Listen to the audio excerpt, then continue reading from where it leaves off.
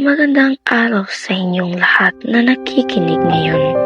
Ito ang Love Radio, ang inyong tahanan ng mga kwentong tumatatak sa puso, damdamin at isipan.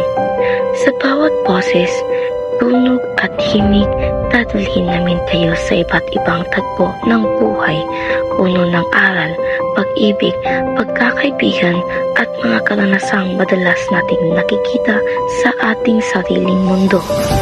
Isandal ang inyong katawan, ipahinga ang inyong mga mata at hayaan ang inyong imahinasyon ang bumuo ng mga eksena.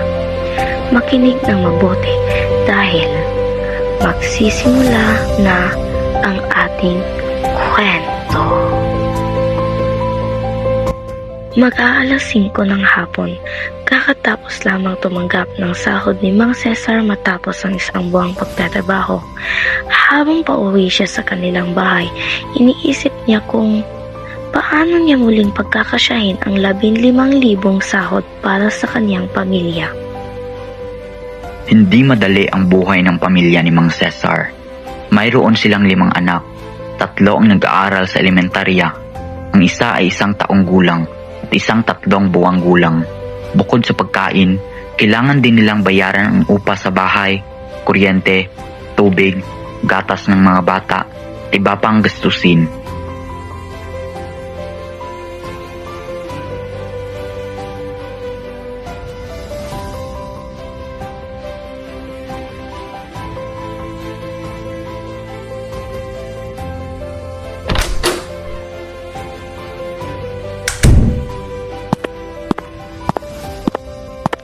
Mahal, nandito na ako. Nako, buti naman nakauwi ka na. Mukhang pagod na pagod ka. Oo nga eh. Mahirap ang trabaho. Pero sulit naman. Natanggap ko na ang sahod natin ngayong buwan. Salamat sa sipag mo, mahal. Halika muna, manghilamos ka at kumain tayo kasama ang mga bata. Pagkatapos, saka natin pag-uusapan ang ating budget. Sige mahal, mabuti ngayon para mapaplanuhan ng maayos ang bawat gastusin. Matapos kumain ng buong pamilya, naupo sina Mang Cesar at Aling Rosa sa kanilang maliit na mesa.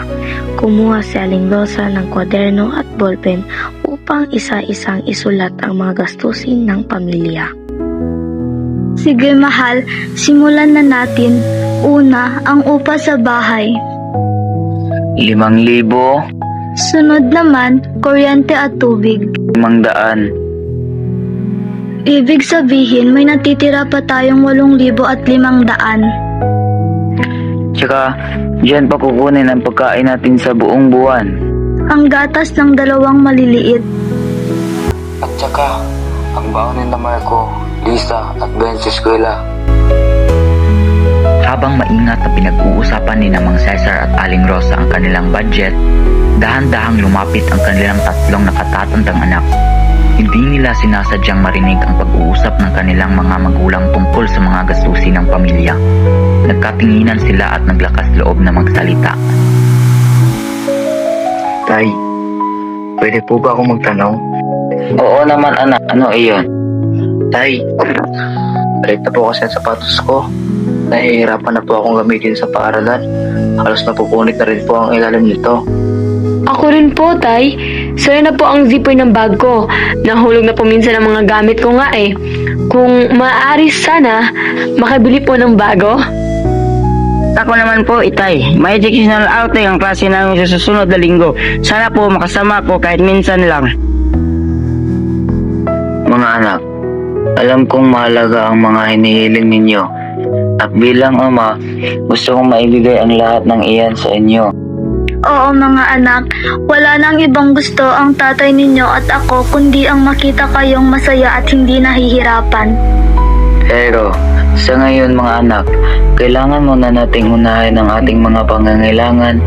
Kailangan muna nating bayaran ang upa sa bahay, kuryente, tubig, pagkain at gatas ng iyong nakakabatang kapatid.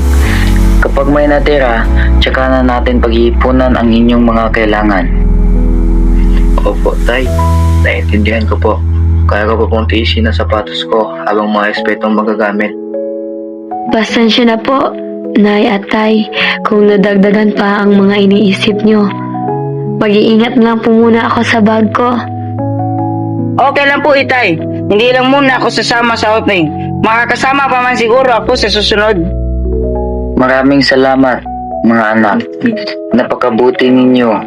Pangako ko, kapag umaan ang ating buhay at nakapag-ipon tayo, unti-unti nating matutupad ang inyong mga pangarap. Nagpatuloy ng mapayapa ang kanilang gabi. Matapos ang ilang pag-uusap tungkol sa budget, isa-isang natulog ang buong pamilya dala ang pag-asang magiging sapat ang kanilang kinikita para sa buong buwan.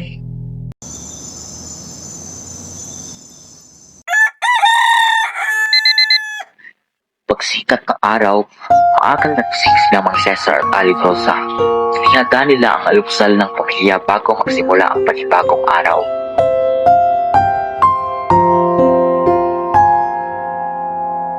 Mga anak, gising na, handa na ang almusal. Good morning po, Nay.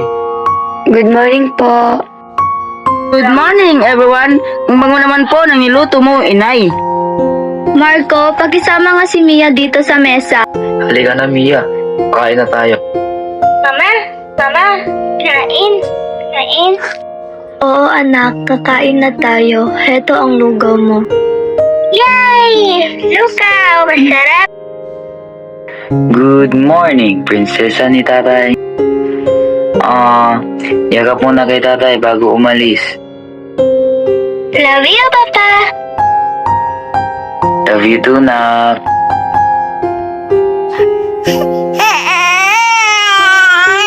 Naku, nagising na rin si Baby Noah.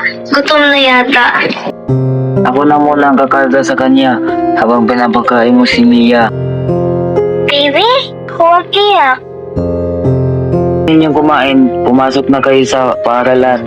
Pag-aral kayong mabuti ha. Opo, tay. Salamat sa payo mo, Itay. Mag-iingat po kami. Bye po, Tay. Bye po, Nay. Kuya, ate, bye-bye. Ingat. Bye, Mia. Behave ka, ha? Bye-bye, Mia. Pagkalis na tatlong nakakatandang anak papuntang paaralan, naiwan sa bahay sina Mang Cesar, Aling Rosa, Mia at ang bunso nilang si Baby Noah. Matapos mapakain at malagaan ang dalawang bata, naghanda na sila Mang Cesar at Aling Rosa upang mabayaran ang kanilang mga pangunahing gastusin para sa buwan. Mahal, naihanda ko na ang mga bayarin at ang listahan ng ating budget. Handa na ba tayong umalis? Oo, mahal. Mas mabuting mauna na nating bayaran ang mga dapat bayaran para hindi tayo magkaproblema sa huli. Sige, iiwan muna natin si Mia at Baby Noah kina Lola habang wala tayo. Mama? Papa? Alice? Oo anak, sandali lang kami. Babalik din kami kaagad. Magpakabait ka kay Lola ha. Halika na mahal, baka mahaba ang pila sa mga babayaran natin. Tara na, sana'y magkasya ang natitira nating pera para sa buong buwan.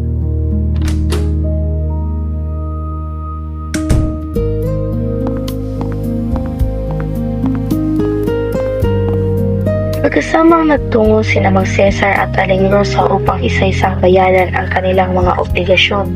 Unang destinasyon nila ang bahay ng kanilang landlady upang bayaran ang buwan ng upa.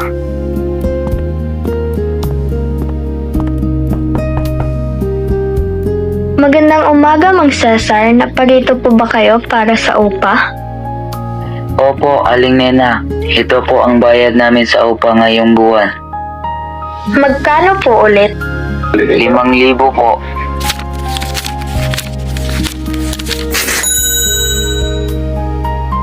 Salamat po. Mabuti at palagi kayong responsible sa pagbabayad.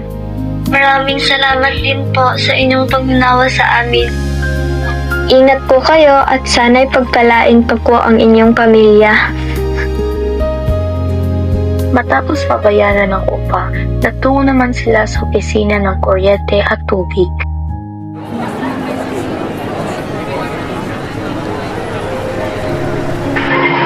Next po. Magbabayad po sana kami ng aming kuryente at tubig. Pakibigay po yung bill. Narito po. Ang kabuuang halaga po ay 1,500. Narito po ang bayad. Maraming salamat po. Narito na inyong resibo. Salamat po. Dahil nabawasan na ang kanilang pera, maingat silang nagtungo sa palengke upang bumili lamang ng mga pangunahing pangangailangan. Magandang umaga po. Ano po ang inyong bibilhin?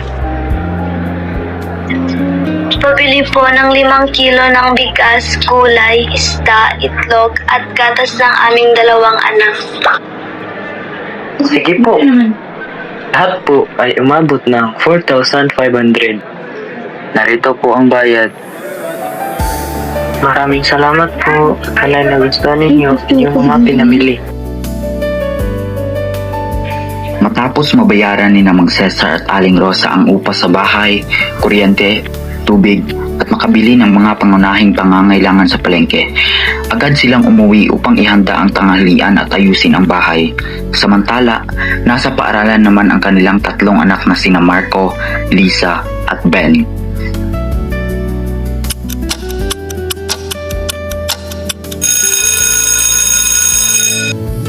Pagsapit ng hapon, natapos ng klase ng 3 magkakapatid, masaya silang umuwi sa kanilang bahay upang makasama ang kanilang mga magulang.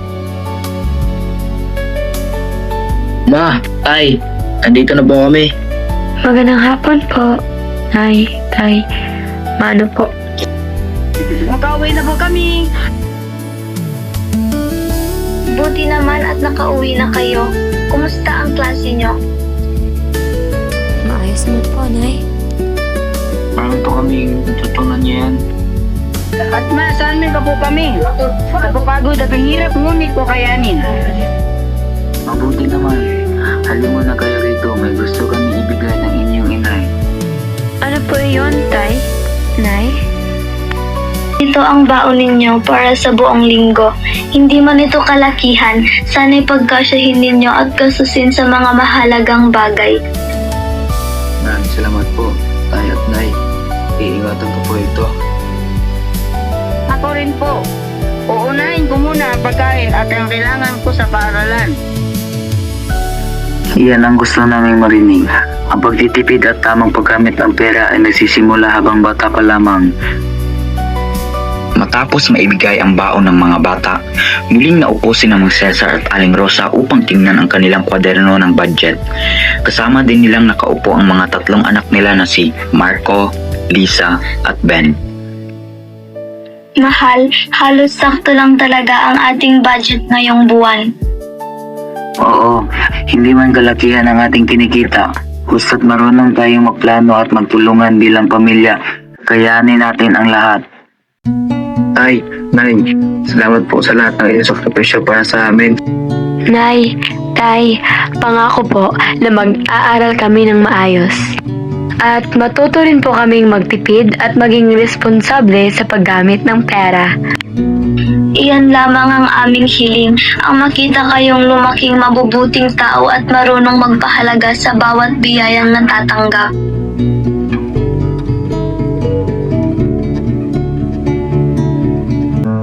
Sa pagtatapos ng ating kwento, ipinapakita ng pamilya ni Mang Cesar na ang tamang pagbabudget ay hindi lamang tungkol sa paghahati ng pera. Ito ay tungkol sa wastong pagpapasya, pag-una sa mga pangangailangan, kaysa sa mga kagustuhan. At higit sa lahat, sa pagtutulungan at pag-uunawaan ng bawat miyembro ng pamilya. Hindi man sila mayaman, mayaman naman sila sa pagmamahalan, paggalang at magkakaisa. Ang Ang bawat piso ay mahalaga kapag ginagastos ng may pagpaplano. Tandaan natin, ang tamang pagbabudget ay susi sa maayos at masayang pamumuhay ng bawat pamilya. Maraming salamat po.